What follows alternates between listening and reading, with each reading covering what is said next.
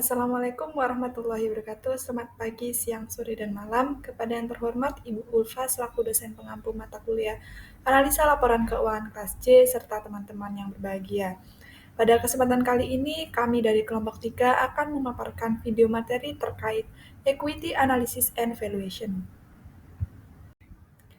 Sebelum memasuki pemaparan materi, izinkan saya memperkenalkan anggota dari kelompok 3. Perkenalkan, saya sendiri Nadia Dwi Safitri dengan NPM Mahir 010.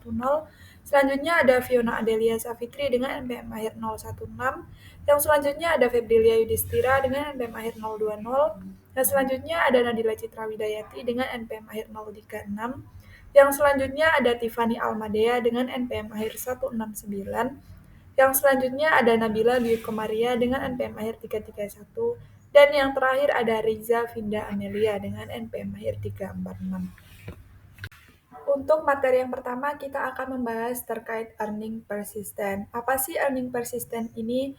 Earning persistent merupakan daya tahan laba yang berkaitan erat dengan stabilitas, prediksi, keragaman, dan tren laba suatu perusahaan, di mana analisis penilaian ekuitas berfokus pada laba dalam menghitung nilai persediaan. Jadi, earning persistent ini menunjukkan apakah stabilitas dan prediktabilitas atas laba perusahaan tersebut telah stabil. Yang selanjutnya yaitu recasting and adjusting earning.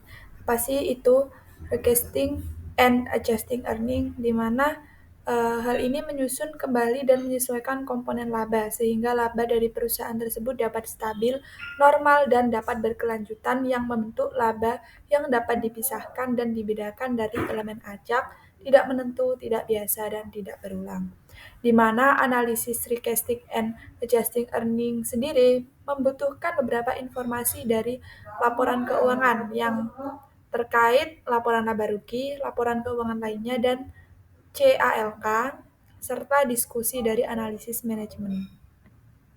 Assalamualaikum warahmatullahi wabarakatuh. Perkenalkan nama saya Fiona Adel Safitri dengan NPM akhir 016. Di sini saya akan menjelaskan mengenai recasting, earning, and earning komponen yang dimana recasting ini tuh bertujuan untuk mengatur ulang komponen pendapatan untuk memberikan klasifikasi yang berarti dan format yang relevan untuk analisis. Setelah itu, untuk contohnya sendiri dari penyusunan ulang adalah menghilangkan pengaruh pajak, memisahkan beban diskresi, serta kehilangan efek pajak pada pendapatan anak usaha yang belum terkonsolidasi.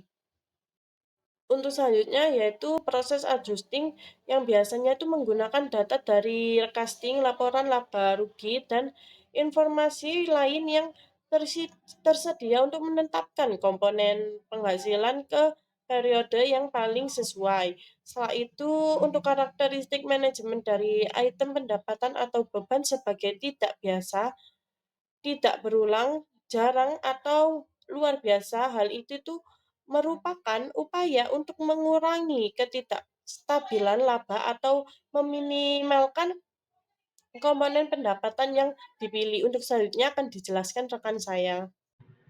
Untuk materi selanjutnya adalah penentu keberlanjutan pendapatan. Jika sudah melakukan recasting dan adjusting, maka analisis selanjutnya adalah menentukan earning persistence. Penentu potensial dari earnings persistent adalah yang pertama, earnings trend dan persisten, yang merupakan penghasilan yang mencerminkan tren pertumbuhan yang stabil dan sangat diharapkan. Yang kedua, manajemen dan kebertahanan pendapatan, yang bertujuan untuk memodernisasi variabilitas pendapatan di seluruh periode dengan menggeser pendapatan antara tahun yang dinilai baik dan tahun yang dinilai buruk. Yang terakhir adalah insentif dan keteguhan manajemen. Ada beberapa kasus bahwa manajer, pemilik, karyawan melakukan manipulasi dan mendistorsi pendapatan untuk kepentingan pribadi. Persistent and transitory item in earnings. Tujuan dari menganalisis dan menafsirkan item luar biasa yaitu yang pertama, menentukan apakah suatu item bersifat sementara atau kurang persisten. Sehingga dari hal ini biasanya melibatkan penilaian suatu item tidak biasa, tidak beroperasi, atau tidak berulang. Yang kedua, untuk menentukan penyesuaian yang perlu diberikan penilaian dari persistensi. Penyesuaian ini biasanya diperlukan untuk mengevaluasi dan memperkirakan penghasilan. Baik, perkenalkan nama saya Nada Jira Widayati dengan MP Mahir 036. Saya akan menjelaskan tentang effect of transitory item on evaluation of management. Analisis harus mempertanyakan pengecualian dari evaluasi kinerja manajemen. Berikut ini kemampuan manajemen untuk mengevaluasi kinerja. Yang pertama, manajemen harus sadar akan risiko alam atau akibat ulah manusia dan halangan lainnya. Yang kedua, keputusan bisnis merupakan tanggung jawabnya.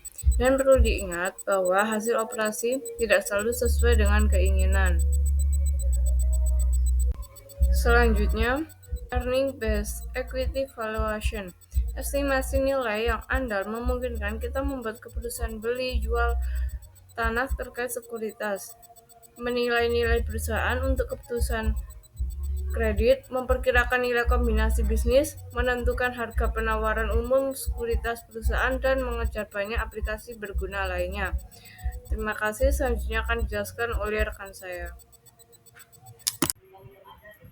Baik, selanjutnya kita akan membahas nih mengenai fundamental valuation multiples. Nah, ada dua ukuran penilaian yang banyak dikutip nih. Yang pertama adalah rasio price to book dan yang kedua price to earning. Nah, penggunaan itu seringkali mendasarkan pada keputusan investasi pada nilai yang diamati dari rasio-rasio ini.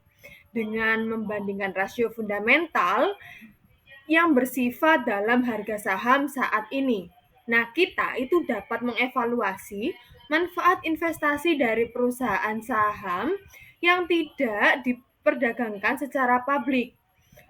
Bagi perusahaan yang sahamnya tidak diperdagangkan di pasar aktif, rasio fundamentalnya itu berfungsi sebagai alat untuk memperkirakan nilai fundamental.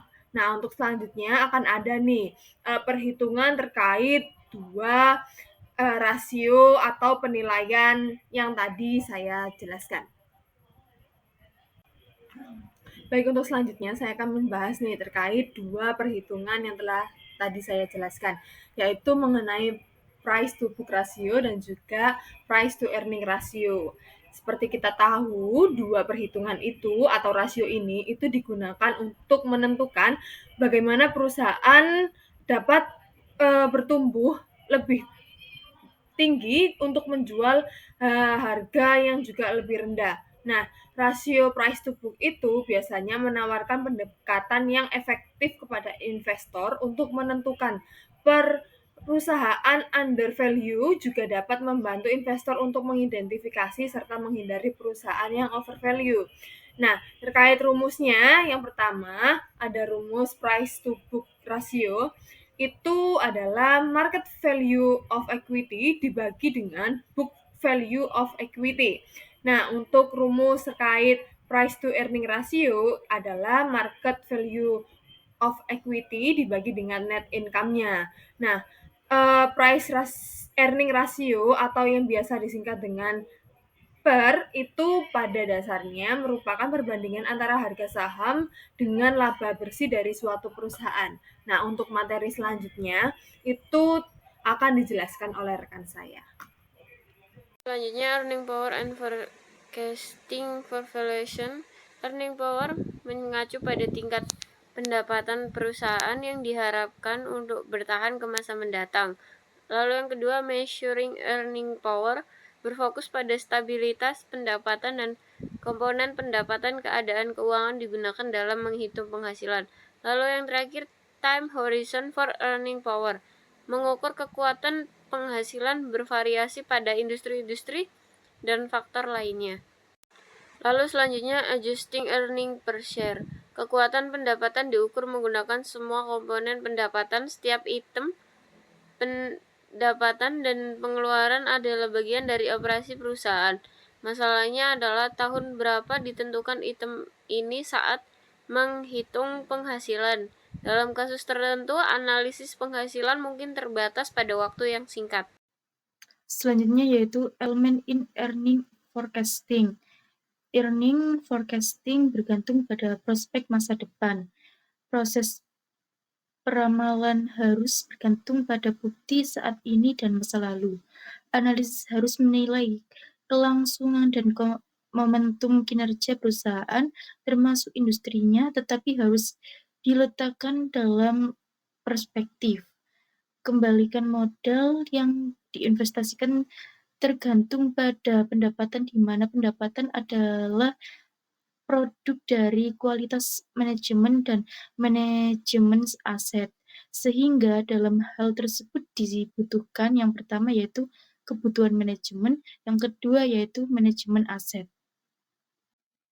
Sekian presentasi dari kelompok kami, kurang lebihnya kami mohon maaf. Wassalamualaikum warahmatullahi wabarakatuh.